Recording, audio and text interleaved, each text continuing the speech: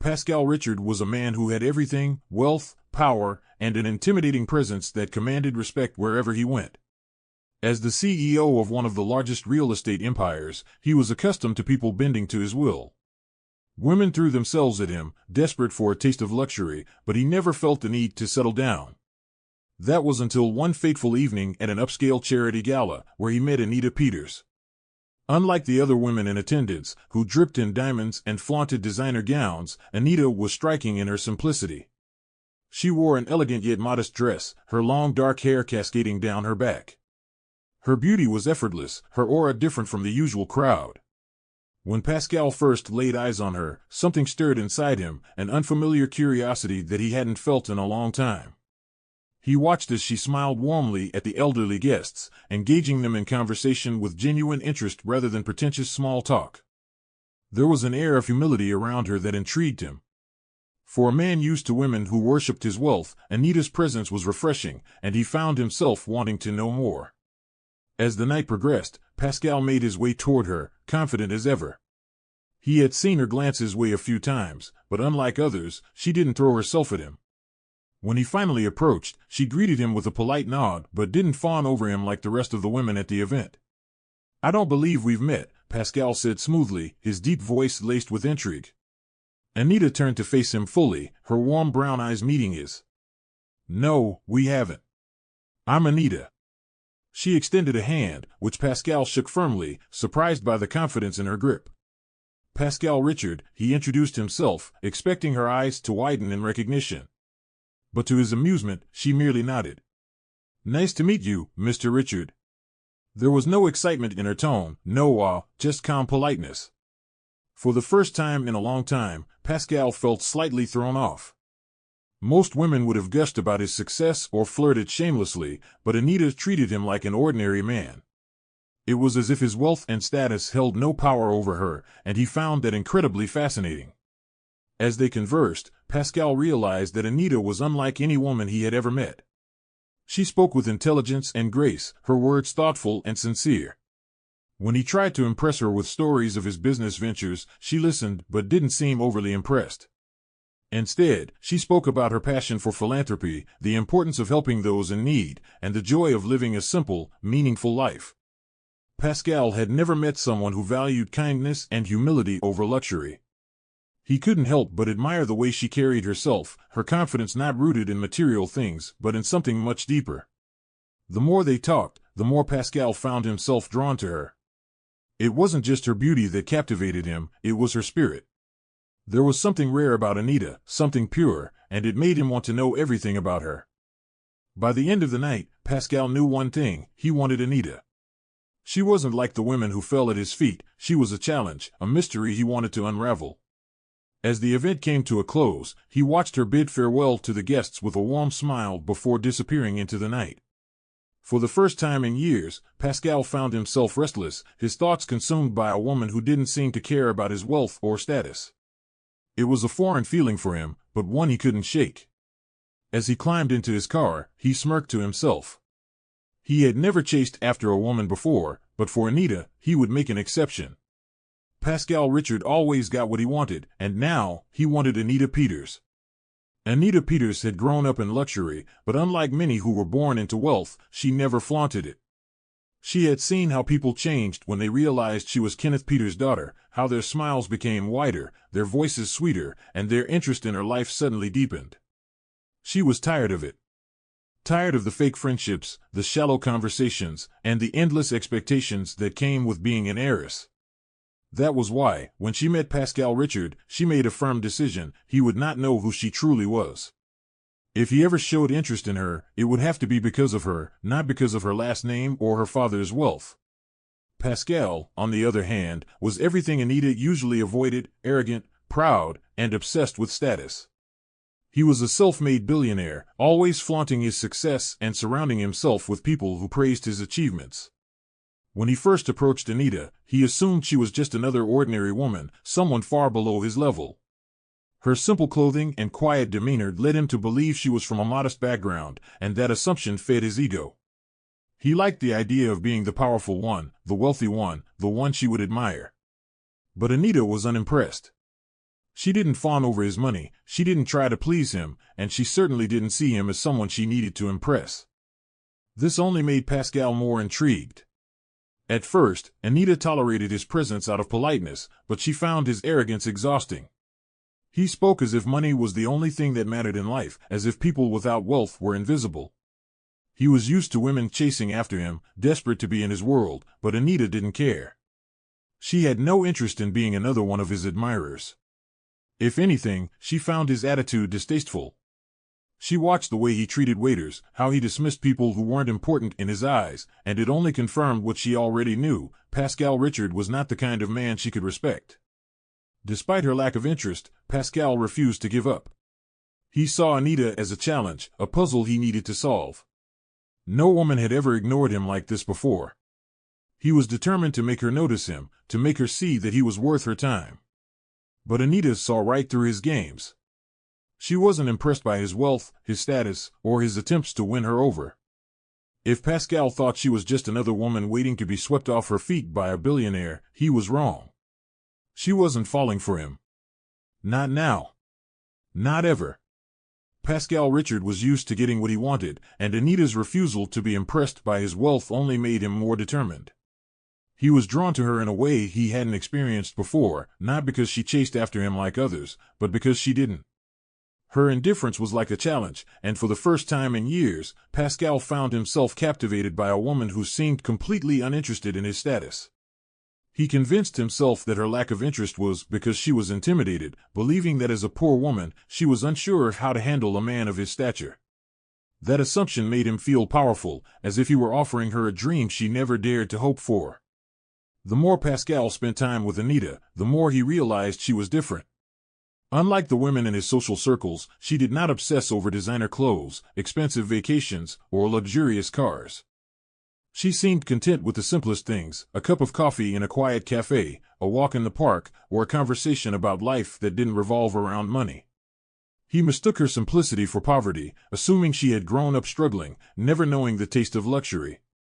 To him, it was almost endearing, and he began to admire her for it.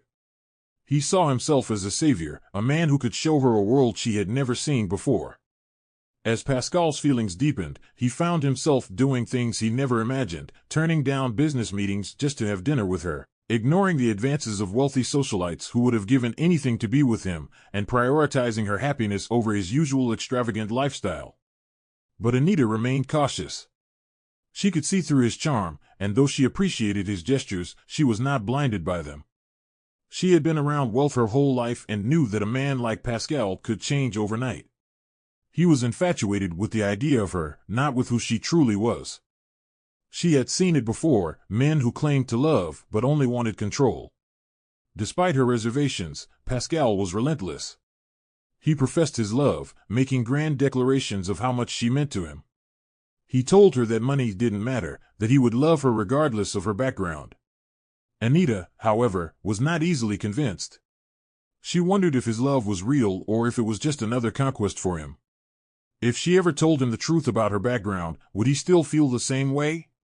Or would his pride be wounded, realizing that the woman he thought was beneath him had actually been his equal all along? Pascal was not a man who accepted rejection easily, and Anita's reluctance only fueled his determination.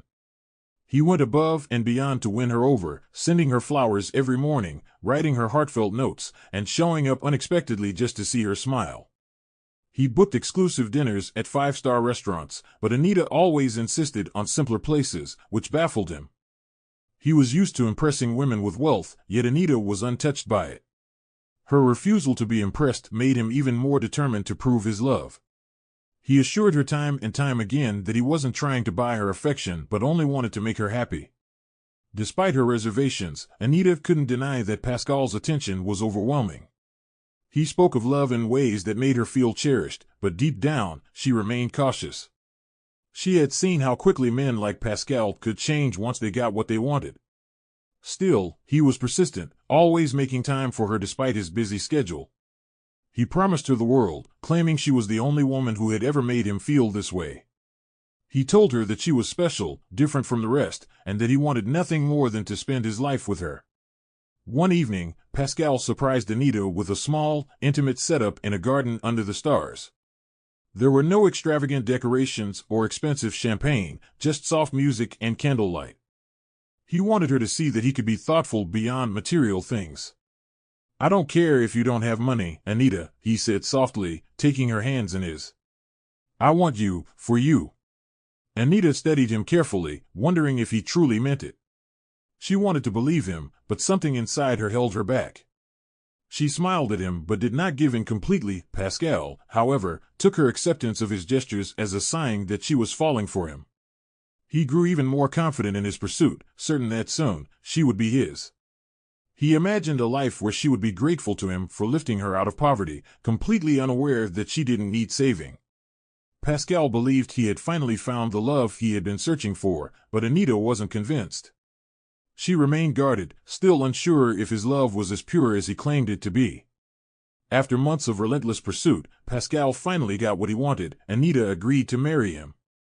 Though she still had doubts, she convinced herself that perhaps he truly loved her. Pascal wasted no time planning a grand wedding, determined to give Anita a life fit for a queen. The wedding was a lavish affair, attended by the wealthiest elites, celebrities, and business moguls. Anita, dressed in an elegant yet simple gown, stood beside Pascal, smiling at the man she was about to call her husband. She knew he adored her, but a small voice in her head reminded her to be careful. Pascal was overjoyed, believing he had won the ultimate prize. In his mind, he had rescued Anita from a life of poverty and given her everything she could ever dream of. He paraded her around proudly, introducing her as his beloved wife, convinced that she would forever be grateful to him. Throughout the wedding, Anita played the role of a happy bride, but deep down, she knew she was stepping into unknown territory. She had not yet revealed the truth about her wealthy background, and a part of her feared what would happen if Pascal ever found out. After the wedding, Pascal whisked Anita away on a luxurious honeymoon, showering her with expensive gifts and promising her a lifetime of happiness. "You'll never have to worry about anything again," he whispered to her as they sat on the private beach of their honeymoon resort. Anita smiled but remained silent. She had never needed a man to take care of her, but Pascal saw himself as her savior. She wondered how he would react if he ever realized she didn't need him as much as he thought she did. Despite her lingering doubts, Anita decided to give her marriage a real chance. She had made a commitment, and she wanted to believe in love. She told herself that maybe, just maybe, Pascal's love was real, and they could build a future together. But in the back of her mind, she couldn't shake the feeling that something was off, that Pascal's love was conditional and might not withstand the truth. For the first few months, Pascal was the perfect husband. He adored Anita, showering her with affection, gifts, and endless attention. He made sure she had everything she needed, from designer clothes to extravagant vacations. He proudly introduced her to his business associates, always speaking highly of her, as if she were the most precious treasure in his life. Anita, still cautious, observed his behavior closely. She wanted to believe he loved her unconditionally, but she knew from experience that love built on control often faded. Pascal ensured that Anita never lifted a finger. He hired the best chefs, housekeepers, and personal assistants to cater to her every need. "You don't have to work, my love," he told her. "Just relax and enjoy life." But Anita wasn't raised to be idle. She had grown up seeing strong women manage businesses and lead powerful enterprises. She wanted to contribute, to have something of her own, but every time she brought it up, Pascal dismissed her concerns with a kiss and another extravagant gift. Despite the luxury, Anita felt trapped. Pascal's love, though intense, was suffocating. He expected her to fit into the perfect image of the wife he had envisioned, grateful, submissive, and dependent on him. Whenever she suggested doing something independently, he would brush it off, saying, "Why do you need to work when I can give you everything?" At first, she thought he was simply being protective, but over time, she realized he wanted to control her. The more Pascal loved her, the more he tried to shape her into his ideal woman. Anita knew that if she told him the truth about her background, everything would change. He had fallen in love with the version of her that he believed was helpless, and she wasn't sure if he would love her the same if he knew she had always been his equal. She wondered how long this facade could last before everything came crashing down. Anita's best friend, Devin, had always been skeptical of Pascal. She had seen enough of the world to recognize a man who loved control more than he loved his wife. When she visited Anita one afternoon, she immediately sensed something was off. "You don't look happy," Devin said, watching Anita closely. "Are you sure this is what you want?" Anita forced a smile, not wanting to admit the truth. "Pascal loves me," she said. "He takes care of me." Devin wasn't convinced. "I've seen men like him before," Devin continued. "They love you when they feel like they own you. But the moment you challenge them, they show their true colors." Anita remained silent, unable to deny the truth in Devin's words. She had felt it too, the way Pascal dismissed her opinions, the way he expected her to be grateful for his love as if it were a favor. Devin reached for Anita's hand. "Just be careful," she warned. "Make sure his love is real before you lose yourself." Anita thanked her friend for the concern, but deep down, fear began to settle in. She had ignored her instincts for too long. Now, she wondered if it was too late. The shift in Pascal's behavior was gradual, almost unnoticeable at first. It began with missed phone calls and forgotten promises. Where he once made time for Anita no matter how busy he was, now, he was always occupied with work. Business meetings stretched late into the night, and urgent trips kept him away for days. Anita tried to be understanding, convincing herself that he was simply working hard for their future. But deep down, she felt the change. The man who had once adored her, who had treated her like his queen, was slowly becoming distant. Pascal no longer made an effort to impress Anita. The morning texts and romantic gestures disappeared, replaced by short, emotionless conversations. When Anita brought it up, he dismissed her concerns, claiming she was overthinking things. "I'm just busy, Anita," he said, brushing her off. "You should be grateful I worked this hard to give you everything." That statement stung more than it should have. It confirmed what she had feared all along. Pascal believed his financial support was enough, that she had no right to complain as long as he provided for her. Anita refused to let herself be controlled by fear, so she tried harder. She planned dinner dates, cooked his favorite meals, and waited up for him every night, but nothing worked. Pascal barely noticed her efforts. He came home late, exhausted, and uninterested in conversation. His love, which had once been so overwhelming, was now nothing more than a shadow of what it had been. Anita watched helplessly as the man she married slowly drifted away. One evening, after waiting hours for Pascal to come home, Anita confronted him. "Are you still happy with me?" she asked, her voice barely above a whisper. Pascal sighed, looking more annoyed than concerned. "Anita, stop acting like a child. Marriage isn't about romance every single day. I don't have time for this." He turned away, leaving her standing there, her heart sinking. At that moment, Anita realized something painful. She had married a man who had only loved the idea of her, not the real her. The following weeks were worse. Pascal barely acknowledged Anita's presence. He left early in the morning and returned late at night, sometimes not at all. When Anita questioned him, he snapped, accusing her of being needy and ungrateful. "I don't have time to sit around doing nothing like you," he sneered one night. "You should be thankful I let you live this life." His words cut through Anita like a knife. This wasn't the man who had once promised to love and cherish her. This was someone else entirely. The mansion, once filled with laughter and warmth, became a cold, lonely place. Anita spent most of her days alone, wandering through the empty rooms, wondering where things had gone wrong. She no longer recognized the life she was living. Pascal was gone more often than not, and when he was home, he barely spoke to her. He avoided her touch, his kisses nothing more than formalities. It felt like she was invisible. Anita tried to keep herself occupied, reading books, taking walks, and even considering starting a small business, but whenever she brought it up, Pascal mocked her. "What business? You don't need to work," he scoffed. "Just enjoy the life I give you." His words stung because they confirmed what she had feared. He didn't see her as a partner. He saw her as something he owned, a decoration in his perfect life. As the days passed, Anita realized she was slowly losing herself.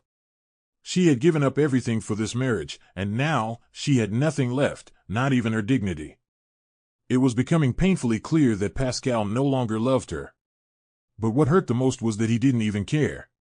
Pascal's indifference soon turned into cruelty. He no longer hid his disdain for Anita. He mocked her, belittled her, and treated her as if she were nothing more than a burden. "You wouldn't survive a day without me," he scoffed one night when she suggested doing something for herself. "I took you out of poverty, Anita. You should be grateful." The words hit her harder than any slap ever could. He truly believed she owed him her life. At dinner, he barely acknowledged her presence, scrolling through his phone or barking orders at the servants instead. When she tried to engage him in conversation, he shut her down with sarcastic remarks. "Why do you talk so much? It's exhausting." Each insult chipped away at her spirit, making her feel small and unwanted. She had always been a strong woman, but Pascal was breaking her in ways she had never imagined. The worst part was that he no longer cared about her feelings. He would make cruel remarks, humiliate her in front of his friends, and act as if she was nothing more than an inconvenience. "You're lucky I even married you," he sneered one evening when she asked him why he was treating her this way. "You should be thanking me every single day." The arrogance in his voice was unbearable. Anita knew she couldn't live like this much longer. The man she had once believed loved her had turned into a stranger, a cruel, heartless stranger. She had sacrificed everything for this marriage, but now, she had to ask herself a painful question: was it worth it? And if it wasn't, how much longer would she stay before she lost herself completely? Pascal had never thought he would stray from his marriage, but that changed the moment he met Sharon. She was everything Anita wasn't: bold, confident, and unafraid to take what she wanted. Unlike Anita, who had grown quieter with each passing day, Sharon was full of energy and excitement. Pascal met her at an exclusive business event, and from the moment their eyes locked, he felt something he hadn't in a long time: desire. Sharon knew how to command a room, and Pascal found himself drawn to her presence. She was not only beautiful but also knew how to stroke a man's ego. "A man like you shouldn't have to settle for less," she had whispered that night, her fingers lightly trailing down his arm. Those words lingered in his mind long after the event was over. Pascal had already begun to feel bored with Anita, and Sharon's attention was intoxicating. She saw him as powerful, successful, and irresistible, things he was beginning to doubt Anita saw anymore. It didn't take long for Pascal to start looking for excuses to see Sharon. Business lunches turned into private dinners, and text messages became late-night calls. Each time, she fed into his growing resentment towards Anita. "Your wife doesn't appreciate you," she would say with a knowing smile. "A man like you deserves more." Pascal, already convinced Anita was ungrateful, found himself falling deeper into Sharon's web. What started as innocent meetings soon escalated into a full-blown affair. Pascal no longer hid his outings, no longer made an effort to come home early. He was with Sharon more often than his own wife, and he didn't care who noticed. For the first time in a long time, he felt alive again. He felt wanted. What he didn't realize was that he was slowly destroying the woman who had once given him her whole heart. Pascal's affair with Sharon became impossible to hide. At first, Anita tried to ignore the signs, clinging to the hope that her husband would come back to her. But as the weeks passed, it became clear that Pascal had moved on, even if he hadn't officially ended their marriage. He no longer asked about her day, no longer even pretended to care. If Anita tried to talk to him, he would sigh impatiently and look at his phone, waiting for her to finish. He stopped eating the meals she prepared, claiming he had already eaten out. He started staying out late, sometimes not returning home at all. When Anita asked him where he had been, he rolled his eyes and muttered, "Work," even though she knew better. His cologne was different, his shirt smelled like perfume, and he no longer wore the wedding ring he had once promised never to take off. The house, once their shared home, now felt like a prison for Anita. She was alone, trapped in a marriage where she no longer existed. She tried to be strong, but the pain of being abandoned while still married was unbearable. Each time Pascal left, he took another piece of her heart with him. One evening, as Pascal was getting ready to leave yet again, Anita finally gathered the courage to confront him. "Pascal, what's happening to us?" she asked, her voice shaking. Pascal looked at her with irritation. "Stop acting like a desperate wife," he snapped. "You should be grateful I'm still here."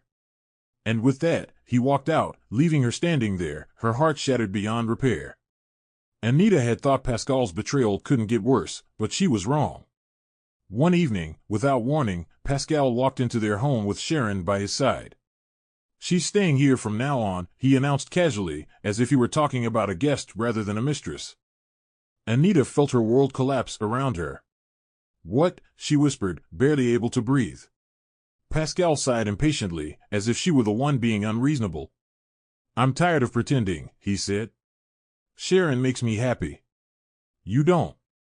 Sharon smirked, standing there without an ounce of shame. She didn't even bother to hide her amusement at Anita's pain. Anita wanted to fight back, to scream at him, to throw Sharon out of her house, but she couldn't. She was frozen in place, drowning in heartbreak. Pascal had just thrown away everything they had built together like it was nothing. He had replaced her without a second thought. From that day on, Anita was no longer the woman of the house. Sharon took over, treating Pascal's home as her own. She redecorated, throwing out everything that reminded Pascal of his past with Anita. And Pascal let her. He didn't care that his wife was being erased from their home. To him, Anita was already gone. If Pascal had any guilt about what he was doing to Anita, he didn't show it. Instead, he flaunted his relationship with Sharon like a trophy. He took her to events, posted pictures with her on social media, and held her hand in public as if Anita never existed. The worst part? He made sure Anita saw it all. He would invite friends over and introduce Sharon as if Anita wasn't still his wife. He showered Sharon with gifts in front of Anita, kissing her and whispering sweet nothings into her ear. Each time, Anita felt like she was being stabbed in the chest. But she refused to cry in front of them. She refused to give them the satisfaction. One night, Pascal threw a party at their house. Sharon played the perfect hostess while Anita was treated like nothing more than a shadow. Guests whispered about her, some feeling pity, others amused by her humiliation. Pascal didn't care. Why are you still here? He asked coldly when the party ended. You should just leave if you can't handle it. Anita clenched her fists. She wouldn't give up that easily. She had vowed to love Pascal through everything, and she still hoped, foolishly, that he would come back to her.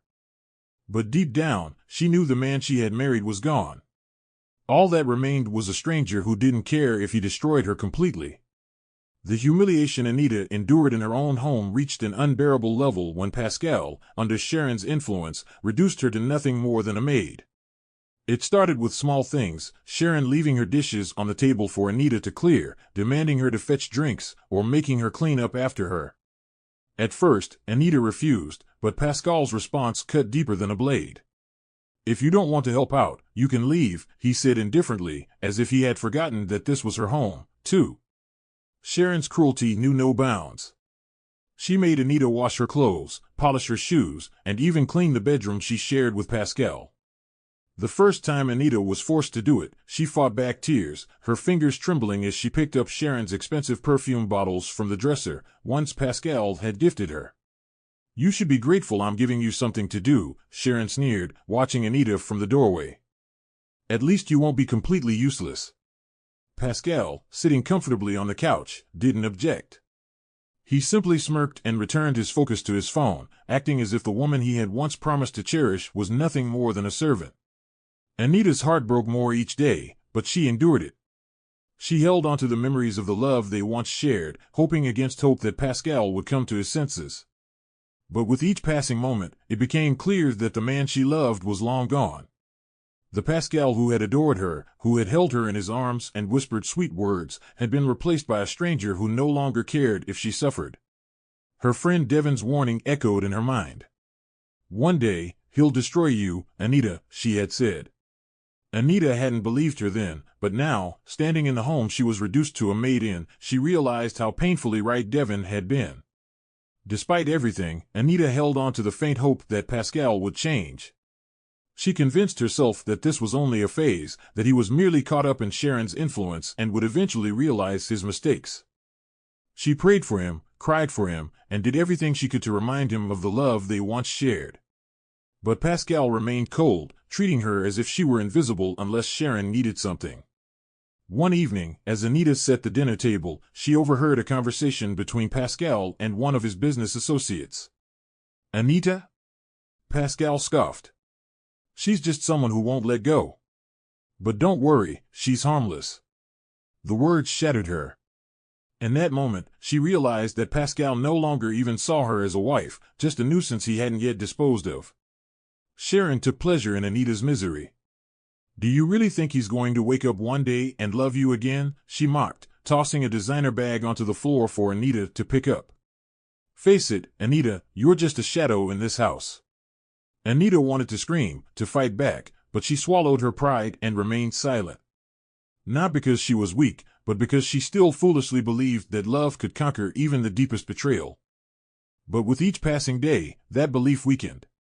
The pain became unbearable, and deep inside, Anita began to wonder, was she holding on to a man who had already let go? One afternoon, Pascal sat in his study, reviewing some business reports when his phone rang. It was an unexpected call from one of the country's top business moguls, extending an invitation to an exclusive gala event. The annual event was one of the most prestigious gatherings for billionaires, investors, and influential figures in the corporate world. Being invited was not only an honor but also a symbol of power and status. Pascal leaned back in his chair, a proud smirk on his face. He had always attended the gala with Anita in the past, but now that thought didn't even cross his mind. Instead, his first instinct was to impress Sharon. He imagined the envious stares they would receive as they walked into the grand ballroom, the cameras flashing, and Sharon on his arm, dressed in luxury. The idea of flaunting his new woman in front of the wealthiest and most powerful people excited him. Later that evening, Pascal casually mentioned the invitation over dinner. Anita, who had been silently serving their meal, looked up in surprise.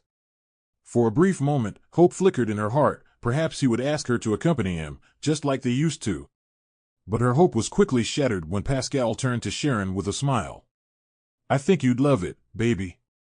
It's the perfect opportunity to show you off." Sharon giggled, running her fingers through her hair. "I'd be honored," she said, casting a triumphant glance at Anita. Pascal barely acknowledged Anita's presence, treating her as if she was just another piece of furniture in the room. She swallowed the lump in her throat, forcing herself to remain composed. The man she had once loved so deeply had completely erased her from his life, and now she was just a bystander watching him parade his new lover in her place. The days leading up to the gala were filled with excitement, at least for Pascal and Sharon. Pascal spared no expense in ensuring that Sharon would look stunning for the prestigious event.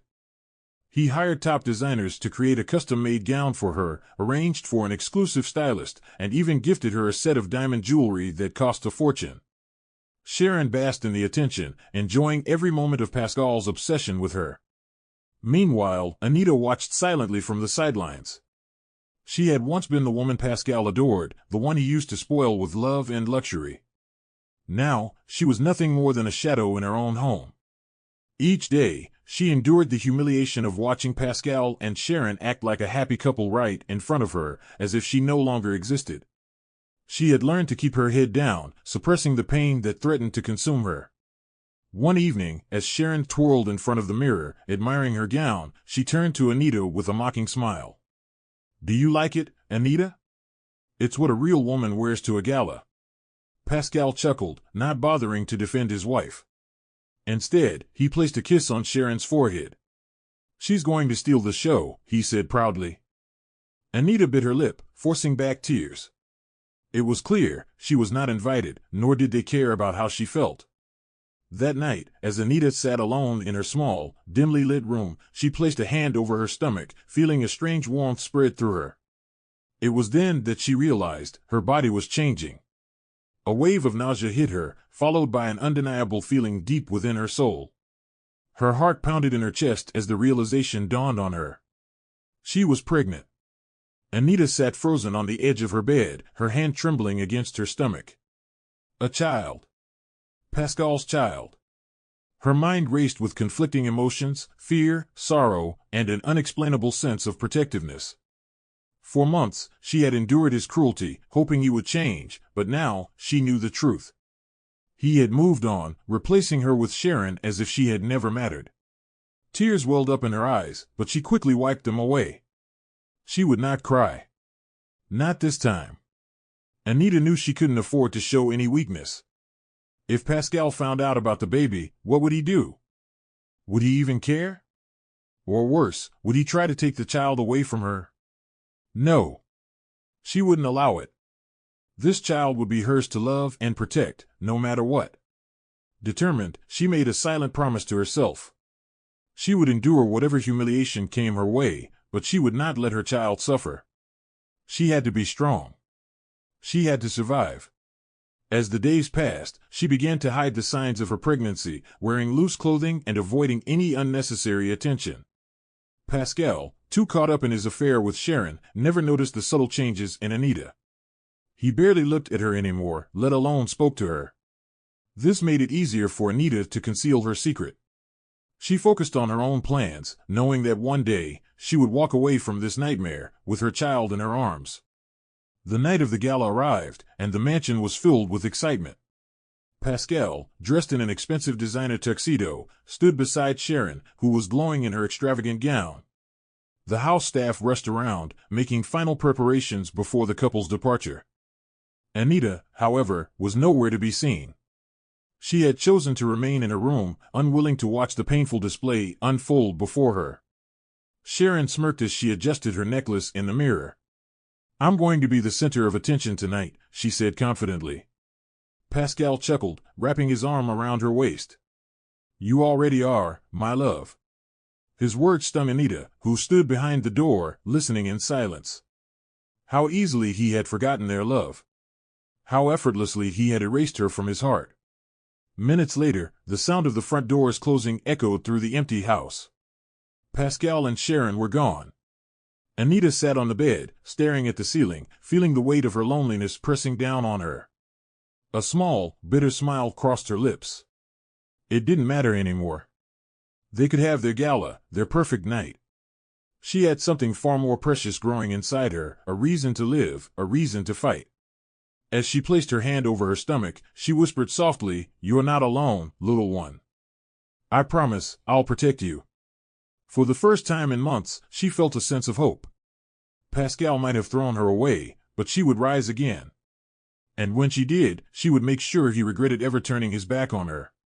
Anita sat alone in the dimly lit living room, her hands resting gently on her stomach. The mansion, once a place filled with love and laughter, now felt like a prison. The cold air around her only reminded her of the emptiness in her heart.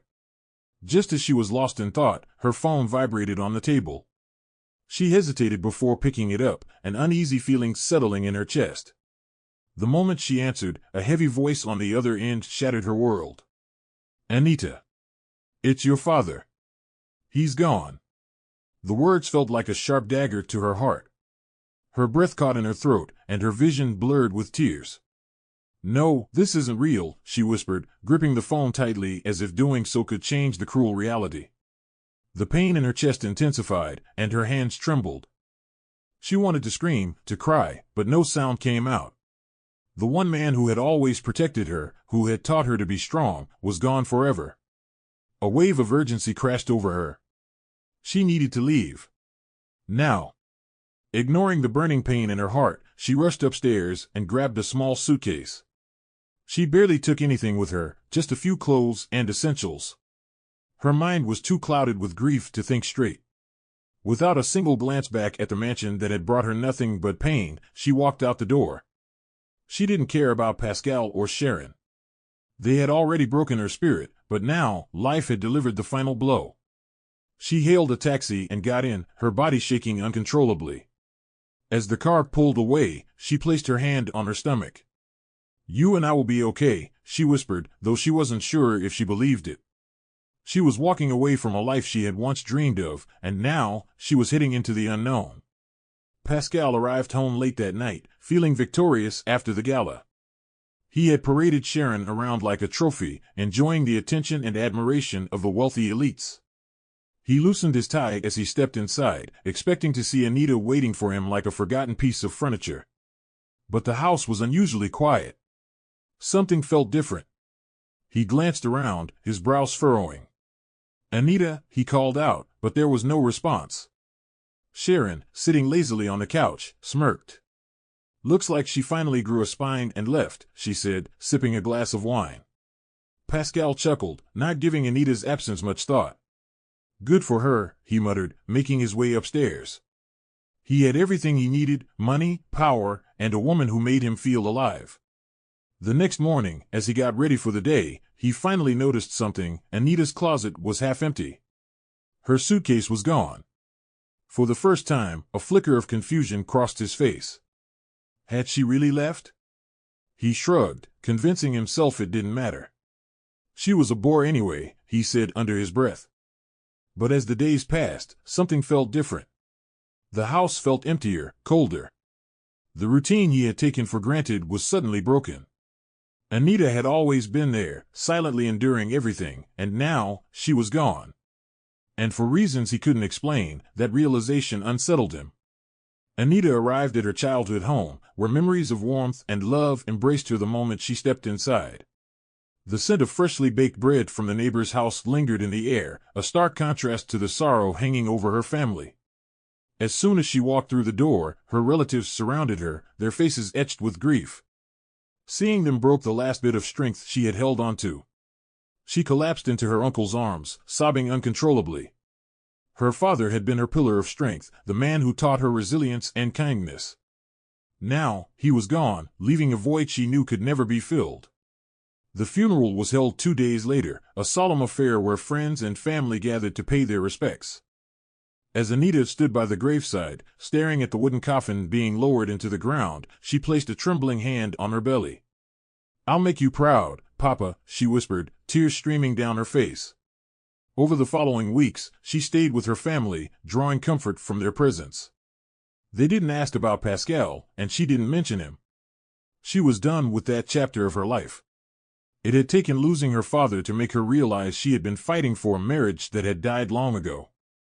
She no longer cared whether Pascal regretted his choices or not. She had bigger things to focus on now. Determined to start fresh, Anita made plans to leave. It was time to move forward, not just for herself, but for the life growing inside her. Though grief still weighed heavily on her, she knew she had to be strong. She was no longer the helpless woman Pascal had mistreated. She was Anita, a woman capable of building a future without him. A month after the funeral, Anita was summoned to her father's lawyer's office. She hadn't expected anything significant. She had always known her father to be a simple man. But as she sat in the grand office, listening to the lawyer list her father's assets, she was overwhelmed with shock. Her father had been wealthier than she had ever imagined. He had owned multiple businesses, prime real estate, and shares in various companies. The will stated that Anita was the sole beneficiary. As the lawyer continued, Anita struggled to process it all. How had she not known? Why had her father never told her? A part of her wanted to question it, but the other part knew this was his final gift to her. He had ensured she would never have to suffer again. With this new revelation, Anita took charge of her inheritance. She sought advice, hired experts, and slowly built an empire in her father's name. The once helpless woman who had endured humiliation at Pascal's hands was gone. In her place stood a powerful, independent woman, ready to take on the world. Though she still thought about Pascal sometimes, she no longer felt bitterness. She had won in ways he could never imagine.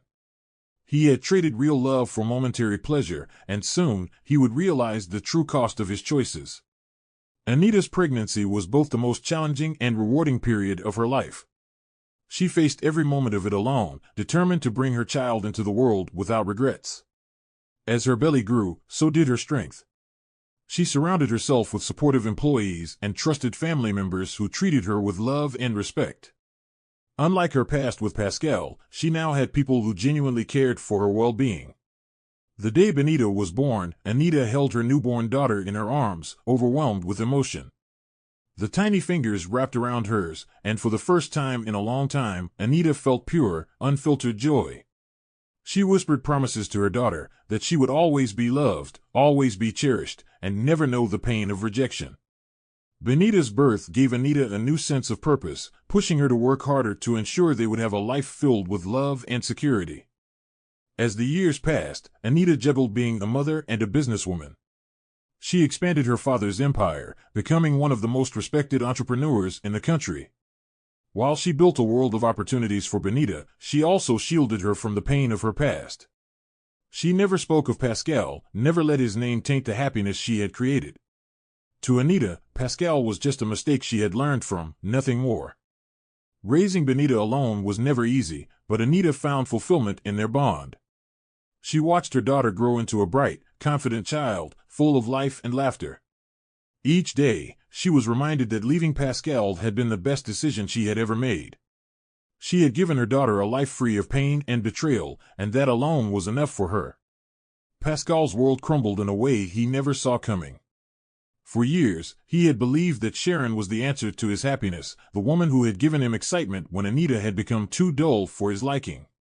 But he failed to realize that Sharon was never in love with him, she was in love with his wealth. It started subtly, small amounts of money missing from their joint accounts, assets being transferred under Sharon's name. Pascal ignored the signs, too blinded by his infatuation. But one day, he woke up to an empty house, his once grand mansion stripped of valuables, and his bank accounts nearly drained. Sharon was gone. Panic set in as Pascal desperately tried to reach her, only to find that she had blocked his number. When he reported the incident, he discovered that Sharon had been planning this for years. She had set up multiple offshore accounts, transferred money under aliases, and vanished without a trace. The realization hit him hard, he had lost everything. With no savings, no assets, and no business to fall back on, Pascal was left utterly destroyed.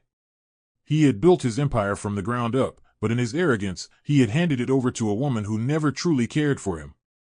The same way he had once discarded Anita, Sharon had discarded him, leaving him broken, humiliated, and alone. Life humbled Pascal in the worst possible way. Gone were the days of luxury, the extravagant suits, the expensive cars, and the five-star vacations. Now, he found himself struggling to afford basic necessities, moving from one cheap motel to another. When his funds ran out, he slept on park benches, his pride shattered beyond repair. He applied for countless jobs, only to be met with rejection at every turn. His name, once respected in the business world, was now a cautionary tale of greed and foolishness. His former colleagues wanted nothing to do with him, and even those who once envied his wealth laughed at his downfall. Eventually, after months of searching, he landed a job as a cleaner at the airport, a humiliating position for someone who had once owned private jets. Dressed in a faded uniform, Pascal scrubbed floors and emptied trash cans, swallowing his pride with every passing day. He saw businessmen walking past him, men who reminded him of who he used to be. But they never noticed him. He was invisible, just another worker among many. As he mopped the floors of the bustling airport, Pascal often thought about Anita. He had once considered her weak, someone beneath him. But now, he saw the truth, she had been the strong one all along. And he? He was nothing but a broken man, paying the price for his own arrogance. Anita had built an empire that surpassed even her father's legacy. With years of dedication and smart investments, she had become one of the most influential businesswomen in the country. Her name was synonymous with success, and her wealth had multiplied beyond her wildest dreams. But despite her achievements, nothing brought her more joy than her daughter, Benita. At 6 years old, Benita was a radiant child, full of curiosity and intelligence. She was Anita's greatest treasure, the reason she pushed herself to be better every day. Anita had shielded her daughter from the darkness of the past, ensuring she grew up in a world filled with love and security. One evening, as Anita sat in her study, Benita ran to her, eyes sparkling with excitement. "Mommy, can we go on a vacation?" she asked, her small hands clutching a brochure of tropical destinations. Anita smiled, realizing that she had been so focused on work that she had barely taken time for herself and Benita. Deciding to give her daughter the adventure she deserved, Anita made arrangements for a luxurious vacation. It was time to celebrate their journey, to embrace the future without looking back. Little did she know, fate had other plans. A chance encounter at the airport would bring her face to face with the past she had long buried. The airport was crowded, filled with travelers rushing to their destinations. Pascal had become used to the noise, the routine of his job. But as he carried his mop and bucket down the terminal, his heart suddenly stopped. He saw her. Anita. She stood elegantly, dressed in designer clothes, her aura radiating success. Beside her, a little girl held her hand. Pascal's breath hitched. The child looked like him. The realization hit him like a tidal wave. That was his daughter. Tears welled in his eyes as he dropped to his knees, right there in the middle of the terminal. "Anita," he choked, his voice trembling. "Please. Forgive me." Anita turned slowly, meeting his gaze. Her expression was unreadable, but her daughter clutched her hand tightly, looking up in confusion. For the first time in years, Pascal saw himself through Anita's eyes. He was no longer the powerful man who had once discarded her. He was a broken, desperate soul, pleading for mercy. But the question remained, was he worthy of redemption? Anita stared at the man kneeling before her, emotions clashing within her. He was a shadow of the Pascal she once knew, defeated, ashamed, and utterly broken. A part of her wanted to turn away, to leave him in the misery he had created for himself. But then, she felt Benita's hand squeeze hers. "Mommy, who is he?" Benita asked innocently. Anita exhaled deeply, kneeling beside Pascal. "This is your father," she said softly. Tears streamed down Pascal's face as he reached out, but he didn't expect Anita's next words. "I forgive you, Pascal. Not for your sake, but for our daughter." From that moment on, Pascal vowed to become a better man.